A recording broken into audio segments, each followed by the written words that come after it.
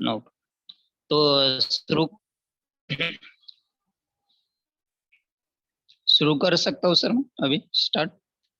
जी हाँ sir, recording start हो गया है सर। Okay sir. नमस्ते सभी बच्चों को।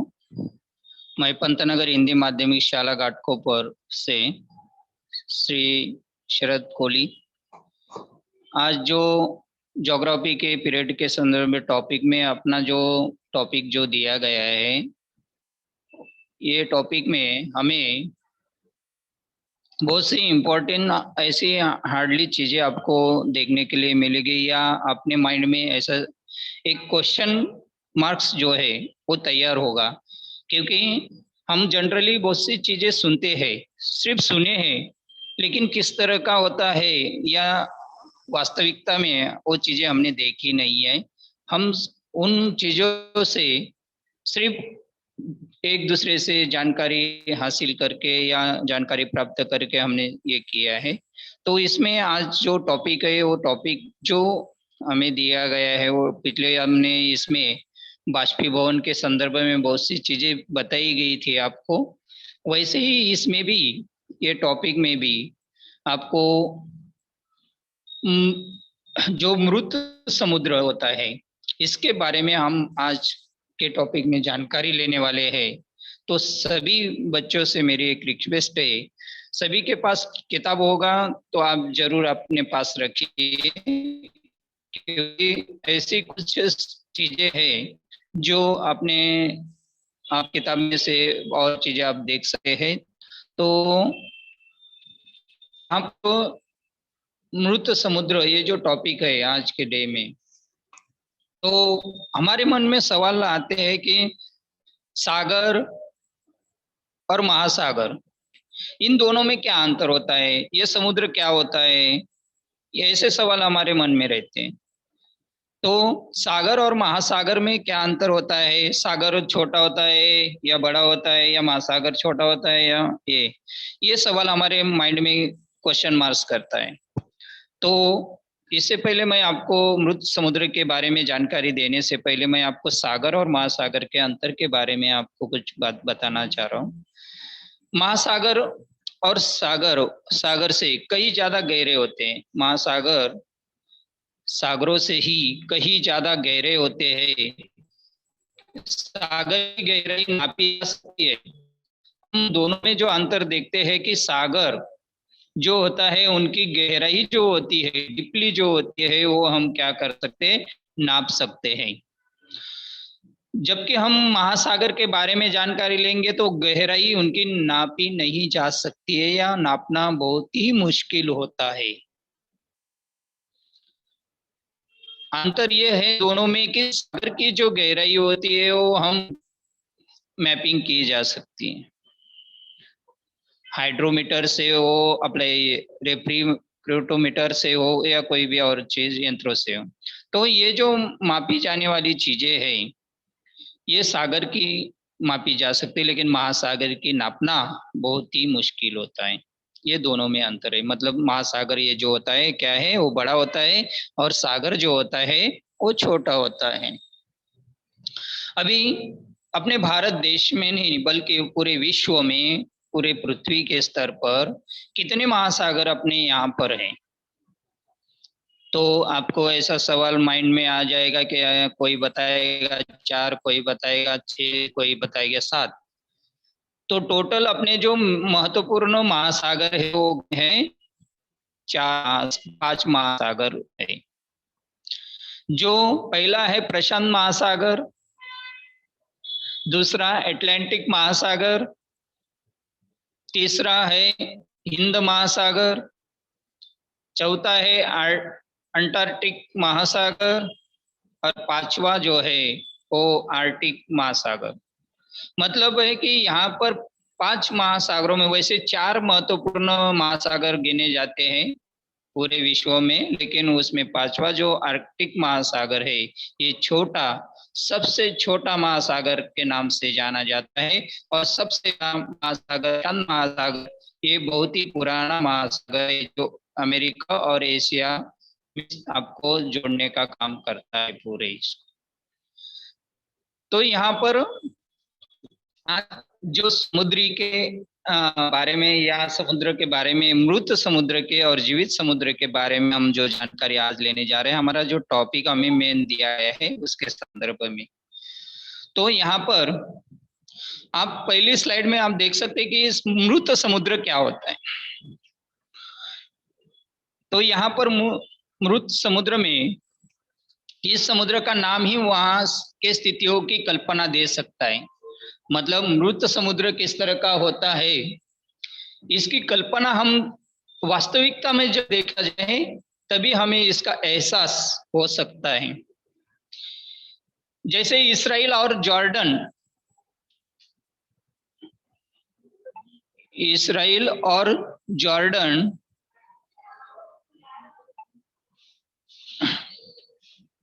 इसमें ये जो स्लाइड आपको दिखा रहा हूं मैं, इसमें जॉर्डन और इसराइल, ये देशों का नक्शे में आपको दिखाई दे रहा होगा कि जॉर्डन और इसराइल, इन दोनों देशों के सीमाओं के नजदीक वाला जो समुद्र है वो मृत समुद्र है। और वो मृत समुद्र की क्षारता जो है, जल की क्षारता जो है वो 332% इतनी है। हम सामान्यतः देखा जाए तो महासागर के जल की क्षारता जो होती है वो 35% हो रहती है, लेकिन इन दोनों के इसकी क्षारता जब देखी जाए तो 332 की क्षारता, जल क्षारता आपको देखने के लिए मिलेगी। जॉर्डन नदी के यह एक बड़ी नदी है जो इस समुद्र में जाकर मिलती है। कम वर्षा, मीठे जल की कम आपूर्ति और बड़े पैमाने पर होने वाला बाष्पीभवन, इन कारणों से समुद्र की जल की क्षारता अधिक हो जाती है।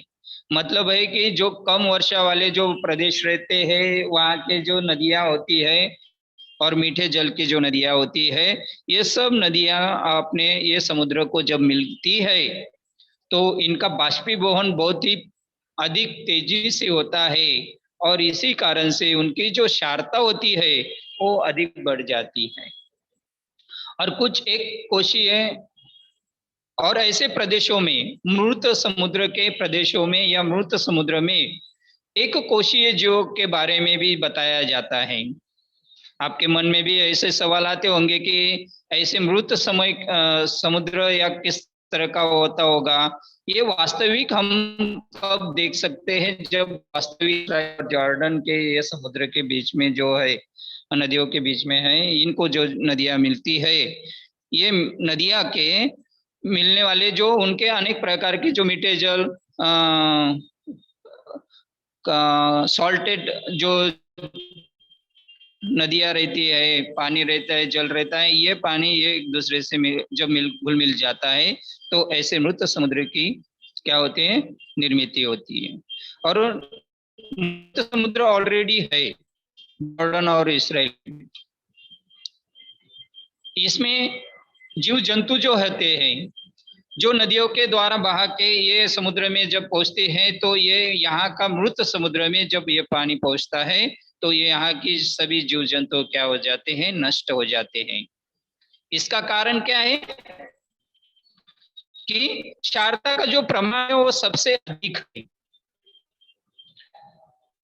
आप ये भी सवाल निर्माण हो सकता है कि अरे मृत समुद्र में सभी जीव मर जाते हैं क्या? नहीं, एक कोशीय जीव जो रहता है वो एक कोशीय जीव भी आपको यहाँ पर देखने के लिए मिल सकता है। उसका नाम है डिक्टियोस्टिलियम। ये आपको इसराइल और जॉर्डन ये देश के इसमें समुद्र में, मृत समुद्र में पाया जाता है। जो और भी इसका एक नाम है वेलोनिया वेंटिकोसा नामक शैवाल करके है, वो भी जातियां आपको यहाँ पर मृत समुद्र में एक कोशीय जीव आपको देखने के लिए मिल सकता है। ऐसी 11 जातियां आपको एक जीवी जो जातियां है वो सॉल्टेड सी में आपको देखने के लिए मिलेगा या मृत समुद्र में देखने के लिए मिलेगा। और ऐसे ही समुद्र को सॉल्टेड सी भी कहा जाता है और दूसरे नाम से समुद्र को क्या नाम से भी जाता है, समुद्र के और दूसरा नाम सी। अभी आपके मन में और एक सवाल ऐसा निर्माण हो सकता है कि अरे यहाँ पर हम मृत समुद्र में इंसान क्यों नहीं डूबता है। ऐसा भी आपके माइंड में कभी कभी सवाल आ जाता होगा कि अरे यहाँ पर कोई भी चीज ऐसी डूबती क्यों नहीं है मृत समुद्र में। तो इसका कारण भी है, क्योंकि जब हम एक शरीर पानी में तैरता है, जब उसका वजन पानी से कम होता है, देखो एक आर्किमिडीज सिद्धांत के अनुसार हमने देखा है, और आपको आर्किमिडीज सिद्धांत के अनुसार जो बताया गया है एक शास्त्रज्ञ के अनुसार, उन्होंने एक अनुमान लगाया है उसके बारे में। जब एक शरीर, इंसान का शरीर पानी में तैरता है, जब उसका वजन पानी से कम होता है, तो आप समझ लेना है कि मृत समुद्र में इंसान क्यों नहीं डूबता है। तो इसीलिए एक शरीर का पानी में रहते तैरते रहना, इसका कारण ये है कि वो उस पानी से कम वजन हो जाता है, इसीलिए। अनेक प्रकार के सवाल आपके माइंड में ऐसे तैयार होते हैं, और इसी में ये जो नदियां है, ये सॉल्टेड नदी और मीठे नदी जो है, ये दोनों नदियां जब एक मिलती है मृत समुद्र को, तो अनेक प्रकार के जीव जंतु भी ये क्या हो जाते हैं, वहां पर पहुंचते ही मर जाते हैं, क्योंकि वहां की क्षारता के प्रमाण अधिक होने के कारण से। उसके अलावा कुछ सागर जल के पृष्ठ भागों पर भी आ जाते हैं जीव जंतु जो रहते हैं, बाकी पृष्ठ भाग सागर के पृष्ठ भाग पर भी आ जाते हैं। कभी अधिक क्षारता की वजह से यहाँ पर जल की घनता जो अधिक पाई जाती है, अंत इस समुद्र में डूबने की चिंता नहीं होती। मैंने आपको बताया ना, इंसान यहाँ डूबता नहीं है, उसका कारण मैंने आपको बताया। इंसान क्यों नहीं डूबता है, क्योंकि उसका शरीर जो पानी में तैरता है, वो पानी के वजन से कम होता है, यही कारण उसका है। उसके लिए आपको आर्किमिडीज सिद्धांत जो है वो थोड़ा सा और डिटेल में आपको बताना पड़ेगा। तो उसके लिए मैं आपको बताना चाहूँगा, आर्किमिडीज सिद्धांत किसे आप ढूंढोगे तो आपको जरूर ये बात पता चल जाएगी। तो यहाँ पर समुद्र में कोई डूबने की चिंता इसीलिए नहीं होती है मृत समुद्र में। इसी जल में उतरने के बाद हम सहजता से तैर सकते हैं, यहाँ डूबने नहीं सकते। मृत समुद्र की और विशेषता यह है कि यहाँ का भूभाग औसत समुद्री सतह से कम ऊंचाई पर होता है। विश्व का सबसे कम ऊंचाई वाला यह भूभाग है। कुछ भागों में ऊंचाई 400 मीटर है। मतलब है अपना जो भूभाग है समुद्री तल से, वो सबसे कम ऊंचाई तक आपको देखने के लिए मिलता है। और इसीलिए यहाँ पर जो इंसान हो या कोई चीज आप डाल रहे हो हल्की, वो वजन से, वो पानी से उसका वजन हल्का हो जाता है, वो क्षारता की वजह से होता है। और इसीलिए ऐसे मृत समुद्र के बारे में अनेक प्रकार की जानकारियां आपको मिल सकती है। और भी सवाल आपके मन में आते होंगे कि समुद्र का जल खारा क्यों होता है, समुद्र का जल नीला क्यों होता है। ऐसे सवाल हम अपने पढ़ाई इसमें जनरली हम बहुत सी चीजों से सुनते आए हैं, लेकिन मैं आपको जनरली शॉर्टली आपको एक चीज बताना चाहता हूँ उसमें, कि समुद्र का पानी खारा क्यों होता है। नदियों का पानी समुद्र से जब मिलता है, कुछ नदियां पानी अपना जो खारा रहता है, कुछ मीठा रहता है, जब ये दोनों का बाष्पीभूत होता है तो ऊपर जाकर बादल में ये रूप लेता है, और वही बादल के रूप में बारिश के रूप में गिरता है। और ये जो समुद्र के किनारे ये जो लहरों के द्वारा ये जो है, हमेशा इनका रोटेशन चलता रहता है, या इनकी जो लहरें एक दूसरे से टकरा टकरा कर ये जो है ना, हमेशा इसमें क्षारता का प्रमाण बढ़ता जाता है, और इसी कारण से समुद्र खारा रहता है। समुद्र का जल नीला क्यों होता है, ऐसे मन में आपके भी सवाल और है, उसके बारे में मैं आपको इन शॉर्टली चीज बताना चाहता हूँ कि समुद्र का जल नीला नहीं होता है। आपको एक क्लियरिफिकेशन आपको बता देना चाहता हूँ कि समुद्र का जल कभी नीला नहीं होता है। इसमें समुद्र के साफ पानी पर नीले आसमान की प्रतिबिंब मतलब रिफ्लेक्शन जो होता है, और give the reason is the नील वाटर द नीले नीले दिखने वाला जो एहसास हम देखते हैं, रिफ्लेक्शन जो होता है, वो रिफ्लेक्शन आपको देखने के लिए मिलता है। समुद्र में जो पानी रहता है वो पूरी तरह से साफ रहता है, और इसीलिए जो रिफ्लेक्शन होता है सूर्य किरण का, उसके वजह से वो पानी क्या है, वो प्रतिबिंब आपको एहसास होता है कि ये पानी क्या है, नीला है। ये कारण आपको भी उसमें बताया जा सकता। और आगे मैं आपको बताना चाहता हूं कि इसमें अपना जो घनत्व है, इसके बारे में जानकारी लेने से पहले मैं आपको समुद्र जल की क्षारता किस तरह की गिनी जाती है, इसके बारे में आपको थोड़ा सा पहले बता देना चाहता हूं मैं। मृत सागर की क्षारता, समुद्री जल की क्षारता जो रहती है, समुद्री जल के 1000 वजन वाले हिस्से के जल में सभी क्षार मिलाकर जितने भार का अनुपात होता है, उसे समुद्री जल की क्षारता कहते हैं। अभी हम देखते हैं कि समुद्री जल की क्षारता जो रहती है, हम क्षारता के बारे में इसलिए बार बार जानकारी ले रहे हैं क्योंकि हमें जो मृत समुद्र है, ये जो टॉपिक आपको हमें दिया गया है, वो टॉपिक में आपको ये चीज बताई जा रही है कि मृत समुद्र में क्षारता का प्रमाण सबसे अधिक होने के कारण से ही वो मृत समुद्र तैयार होता है।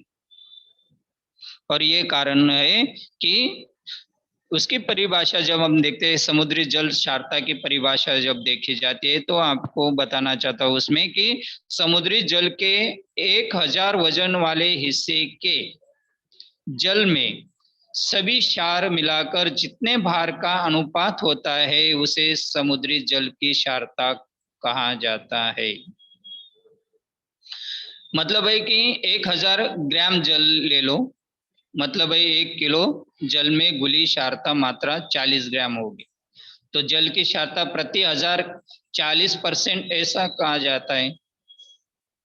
क्षारता का मापन किसके द्वारा किया जाता है कि क्षारता का मापन हाइड्रोमीटर से और एलिनोमीटर से, कई यंत्रों के द्वारा क्षारता का मापन किया जाता है। इसमें वही चीज हमें ज्यादा इम्पोर्टेंट है, कैसे गिनी जाती है, और क्षारता का मापन या परिभाषा जो है मैंने आपको बताई कि 1000 वजन वाले हिस्से जल में आपने सभी क्षार मिलाकर कर दिया, जितना भार अनुपात में निकलेगा उसे क्या कहा जाता है, क्षारता कहा जाता है। तो ये जो क्षारता है, इसका मापन जो है वो किसके द्वारा किया जाता है, हाइड्रोमीटर के द्वारा और सेलेनोमीटर के द्वारा, ऐसे यंत्रों के द्वारा ये मापन किया जाता है। अभी और सवाल ऐसे आता है कि भूमध्य सागर में कितनी क्षारता, 30%, अटलांटिक महासागर में 35%, ऐसे हर सागर जो है, महासागर जो है, इनकी क्षारता का जो प्रमाण है, हर एक इसमें आपको 40, 35, 39, 34 ऐसे अनेक प्रकार की क्षारता का डिवाइडेशन आपको हर महासागर में देखने के लिए मिल सकता है।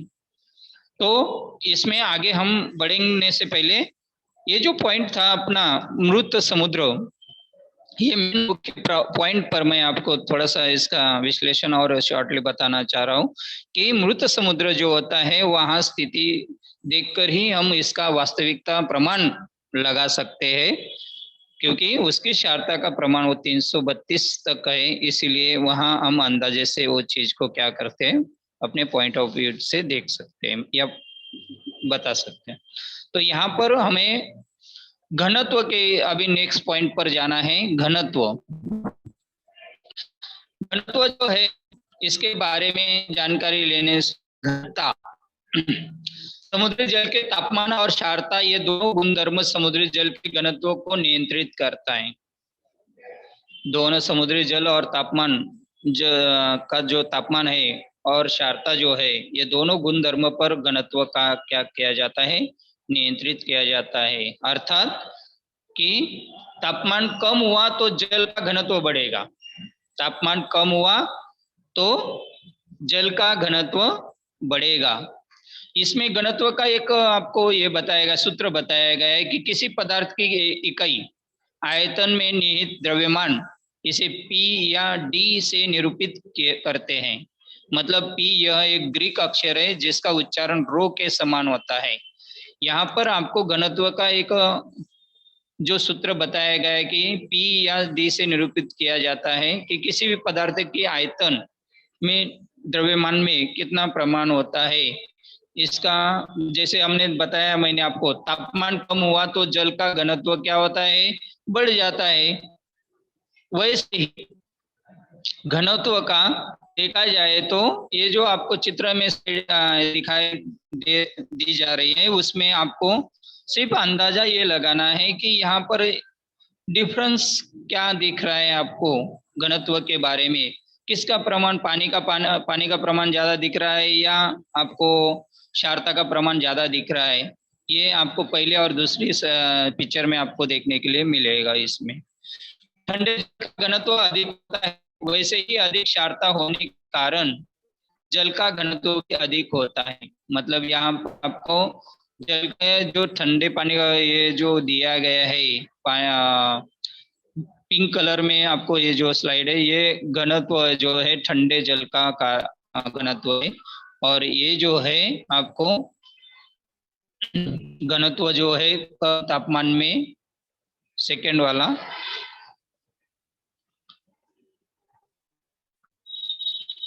और आगे इस घनत्व की हम मात्रा में या इसमें गिना जाएगा तब आपको एक उदाहरण आपको बताया गया है। पहले भी आपने जब पहले वाले टॉपिक में आपने पढ़ा होगा कि घनत्व का प्रमाण किस तरह का प्रमाण लगाया जा सकता है। इसके बारे में आपको 3 वाटियों में या बर्तनों में 3 प्रकार का पानी, सेम पानी आपको लेना है बर्तनों में, और एक में नमक डाल देना है और 2 में कुछ पानी ही भर के रखना है। और वो एक बर्तन जो नमक डाला है उसमें क्या करना है आपको कि वो पानी, नमक डाला हुआ जो बर्तन है वो बर्तन को सूर्य प्रकाश में रख दीजिए 3 दिन के लिए, और चौथे दिन उसको देखिए और ये 2 जो बर्तनों में पानी आपने डाला है वो पानी छाव के इसमें आप रख दीजिए या घर में रख दीजिए, और ये जो है ये बाहर सूर्य प्रकाश में रख दीजिए। तो ये 3 दिन या 4 दिन के बाद जब आप देखोगे तो इसका टेस्ट, पानी का जो टेस्ट है वो दोनों का टेस्ट आप तीनों का टेस्ट लेके देखिए। इसमें अंतर आपको, ये घनत्व का आपको पता चल सकता है। और इसी में ये घनत्व का समुद्री जल का तापमान जो है और क्षारता, ये दोनों का जो गुणधर्म है वो आप निर्धारित कर सकते हैं। तभी कर सकते हैं जब ये प्रैक्टिकली आप करके देखोगे घर पे। और आसान है वो करने में, क्या इतना ये नहीं है कि 3 बर्तन लेना है वाटियों जैसा, वो उसमें सेम पानी आपको लेवल का भरना है और भर के एक इसमें सिर्फ आपको थोड़ा सा नमक थोड़ा ज्यादा डाल के रख देना है और सूर्य प्रकाश में रख देना है। और 2 बर्तन में पानी भर के रखना है और वो दोनों ढके होने चाहिए, और ये सूर्य प्रकाश में रखा है वो भी ढका होना चाहिए, जाली वाला, ऐसा जाली वाला जिसमें किरण जा सकते हैं ऐसे वाला इसमें। और दोनों तीनों का टेस्ट ले सकते हैं और बाद में आपको फिर पता चल सकता है कि समुद्री जल के तापमान और क्षारता के दोनों का गुणधर्म का निष्पन्न क्या निकलता है या निर्धारित घनत्व क्या तैयार होता है। इस पर हम अपने इस विचार अपने इस पर ये प्रैक्टिकल से आप कर सकते हैं। समुद्री जल का जो तापमान है वो कम, तब समुद्री जल का घनत्व अधिक आपको देखने के लिए मिलेगा। मतलब है जब समुद्री जल का तापमान कम रहता है तब समुद्री जल का घनत्व आपको सबसे अधिक देखने के लिए मिलेगा। समुद्री जल की क्षारता जब अधिक रहेगी तो समुद्री जल का घनत्व अधिक देखने के लिए, मतलब है कि क्षारता अधिक रही और तापमान कम रहा तो दोनों तरफ से समुद्री जल का घनत्व जो है वो क्या है, वो ज्यादा आपको देखने के लिए मिलेगा। नेक्स्ट में आपको ठंडे जल का घनत्व अधिक होता है। मतलब ठंडे जल में घनत्व क्यों ज्यादा होता है कि वो क्षारता का प्रमाण जो है वो अधिक तैयार हुआ रहता है और इसलिए ठंडे जल का घनत्व क्या होता है, अधिक होता है। क्षारता की अपेक्षा तापमान यह गुणधर्म घनत्व को अधिक प्रभावित करता है। क्षारता की अपेक्षा से तापमान यह गुणधर्म घनत्व का अधिक प्रभावित करता है। मतलब जब क्षारता का प्रमाण अपेक्षा से अधिक होता है तब तापमान का गुणधर्म उस घनत्व पर क्या करता है, प्रभावित करता है, मतलब परिणाम करता है। और इसीलिए ये जो क्षारता का प्रमाण सबसे अधिक होने के कारण से तापमान पर उसका असर होता है। कुछ समय तक अधिक क्षारता होने के कारण जल की परतों का तापमान कम होने पर भी उस जल का घनत्व अन्य जल के घनत्व की अपेक्षा से अधिक होता है। मतलब यहाँ पर आपको बताया गया है कि कुछ समय तक आप अधिक क्षारता होने के कारण से जल की जो परतें होती है वो तैयार होती है, और ये परतों की तैयार हो जाने के कारण ज्यादा क्षारता रहा तो वहां परतें तैयार होना स्वाभाविक है, और इसलिए वहां का तापमान जो कम रहता है या कम होने लगता है वहां का, तो उस जल का घनत्व क्या होता है, अन्य जल के घनत्व से अधिक होता है।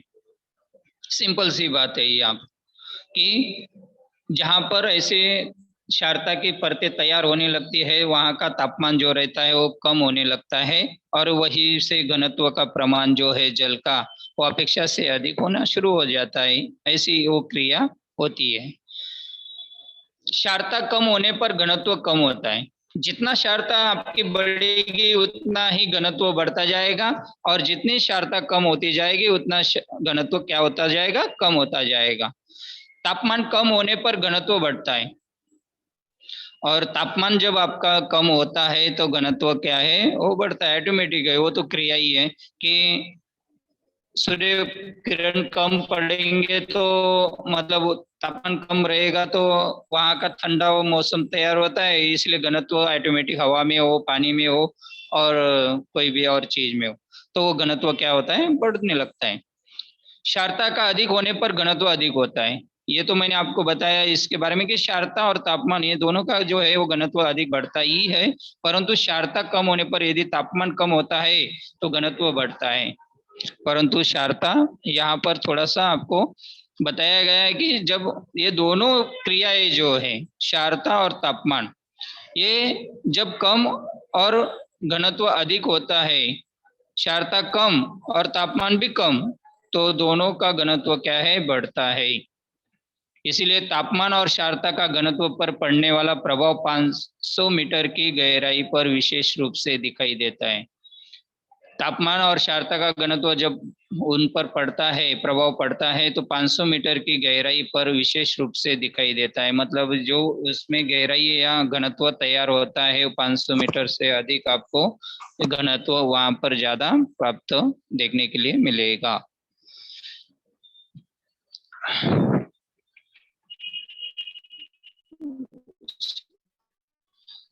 ये आप ये स्लाइड में आपको तापमान होने पर है, ये आप देख सकते हैं ऑलरेडी कि ठंडे पानी का घनत्व अधिक किस तरह का हुआ है, ये छायाचित्र में आप वैसे देख सकते हैं। यहाँ पर 24 डिग्री सेल्सियस तापमान बताया गया है, और यहाँ -4 डिग्री सेल्सियस तापमान बताया गया है। मतलब ठंडे पानी का जो घनत्व है वो क्या हो सकता है, सबसे अधिक घनत्व अधिक यहाँ पर आपको -4 डिग्री सेल्सियस में आपको देखने के लिए मिलेगा, और यहाँ का जो है तापमान होने की वजह से यहाँ का घनत्व बढ़ा हुआ आपको देखने के लिए मिलेगा। और जिस पानी में क्षारता अधिक होती है उस पानी का घनत्व अधिक होता है। देखो मतलब है कि यहाँ पर आपको 332 यहाँ का हमने देखा, पिछले इसमें भी हमने देखा कि क्षारता का प्रमाण 332, जॉर्डन और इसराइल ये मृत समुद्र में क्षारता का प्रमाण सबसे अधिक आपको देखने के लिए मिलता है। तो उसमें आप इस सेम जिस पानी में क्षारता की अधिक मात्रा अधिकता होती है तो उस पानी का घनत्व सबसे अधिक आपको देखने के लिए मिलता है। जैसे आपने मृत समुद्र में ये जो 332% की क्षारता आपने देखी है, तो यहाँ पर पानी का घनत्व जो है वो अधिक आपको देखने के लिए मिलता है। अभी गहराई में आप लेख में आप देख सकते हैं कि बढ़ती गहराई के कारण तापमान की क्षारता घनत्व इनमें से क्या होता है, और बढ़ती गहराई के कारण तापमान और क्षारता कम होती है परंतु घनत्व बढ़ता जाता है। ये दोनों में जो अंतर आपको बताया गया है कि तापमान जब 24 डिग्री सेल्सियस तो 450-500 मीटर गहराई का घनत्व आपको देखने के लिए मिलेगा। मेरा कहने का मतलब यह है कि यहाँ पर जब समुद्र के पानी की और तापमान की, ये दोनों की जो घनता या अपन घनत्व निकालने जाएंगे तो समझो तापमान 20 डिग्री सेल्सियस तापमान है तो 450 घनत्व आपको देखने के लिए मिलेगा। इतना बड़ा हुआ मतलब ज्यादा अधिक घनत्व आपको देखने के लिए मिलता है। क्षारता का इसमें देखने जाओगे तो 35.5 ये जो क्षारता प्रति 1000 किलो ये रहती है, मैंने आपको बताया उसका सूत्र पहले कि 1000 ग्राम जल में 1 किलो जल में घुली क्षारता मात्रा का 40 ग्राम होती है। तो यहाँ पर आपका 35.5 जो क्षारता है ये 450 के घनत्व को तैयार करती है, और घनत्व का जो प्रमाण बताया गया है 24.1, इसमें आपको सबसे ज्यादा गहराई में घनत्व अधिक बढ़ता हुआ आपको बताया गया है। 450 घनत्व बढ़ता हुआ गहराई आपको इसमें भी देखने के लिए मिलती है।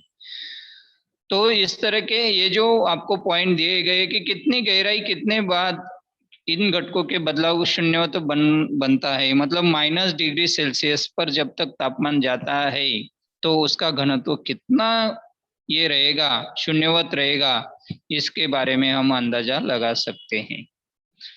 पृष्ठ भाग से 1000 मीटर की गहराई के बाद समुद्री जल का तापमान जो रहता है, क्षारता और घनता की मात्रा इन तीनों घटकों के बदलाव से शून्यता होता है। मतलब है कि तीनों का जब हम ये इसमें स्टडी करेंगे तापमान, क्षारता और घनत्व, इनका 0 डिग्री सेल्सियस कब होता है कि जब 1000 मीटर की गहराई के बाद समुद्री जल का तापमान तीनों की घनत्व की मात्रा जो रहती है वो तीनों की घटकों का एक में शून्यवत जब हो जाता है तभी ये क्रिया होती है।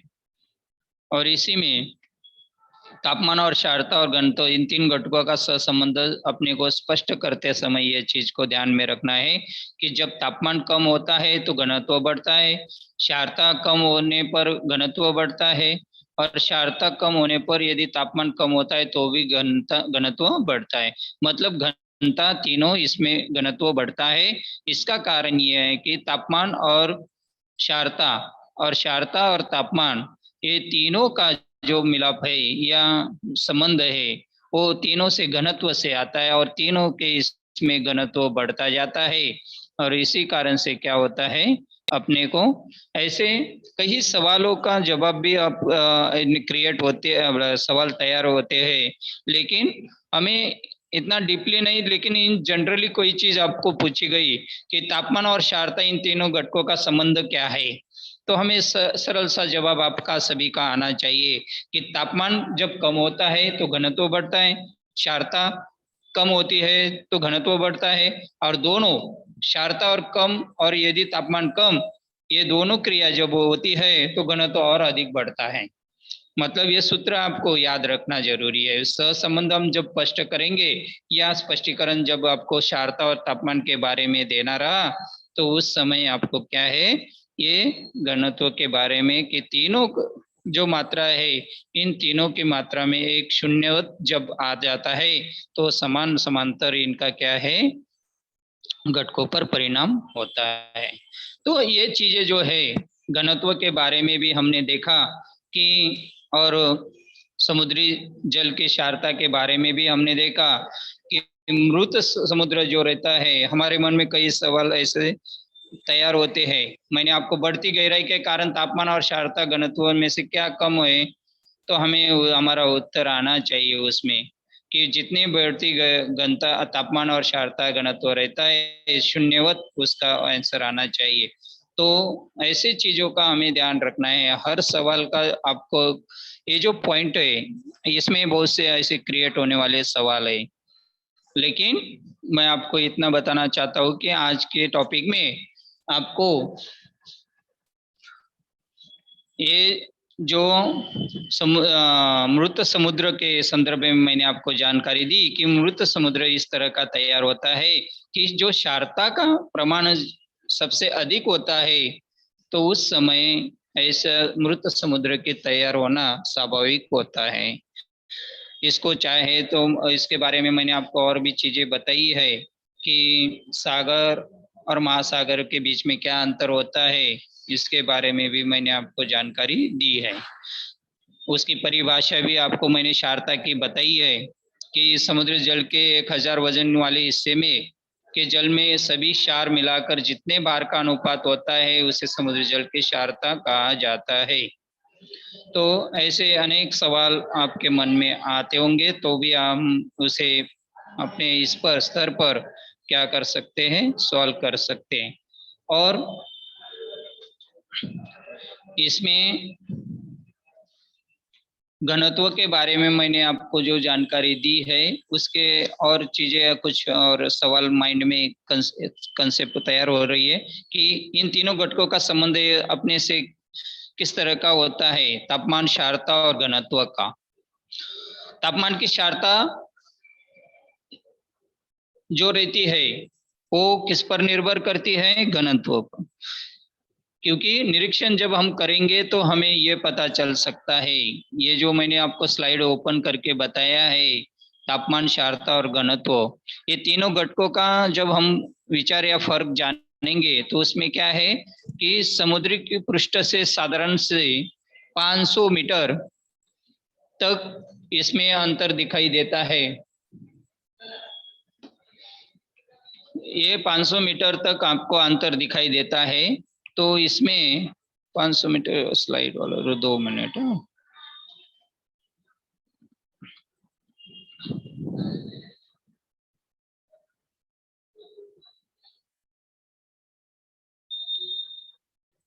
हम्म, 450 तो यहाँ पर आपको 500 मीटर मतलब 450 500 मीटर के बीच में जो अंतर आपको दिखाई देता है उसमें तीन घटकों के लिए कम से कम ज्यादा से ज्यादा हम दिखा सकते हैं, और लेकिन 1000 मीटर के बाद तीनों घटकों का प्रमाण जो है वो बदलाव नहीं जा सकता है।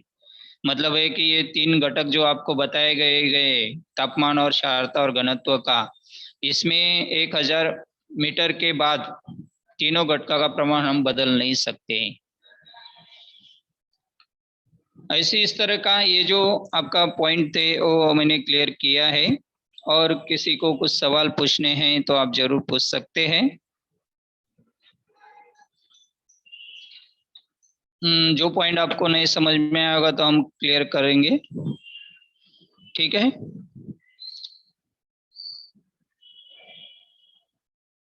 हेलो, मतलब क्या है? छाता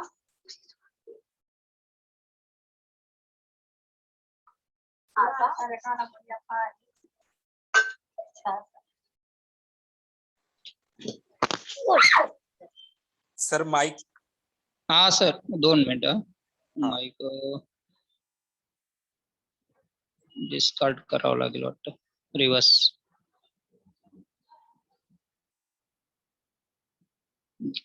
हाँ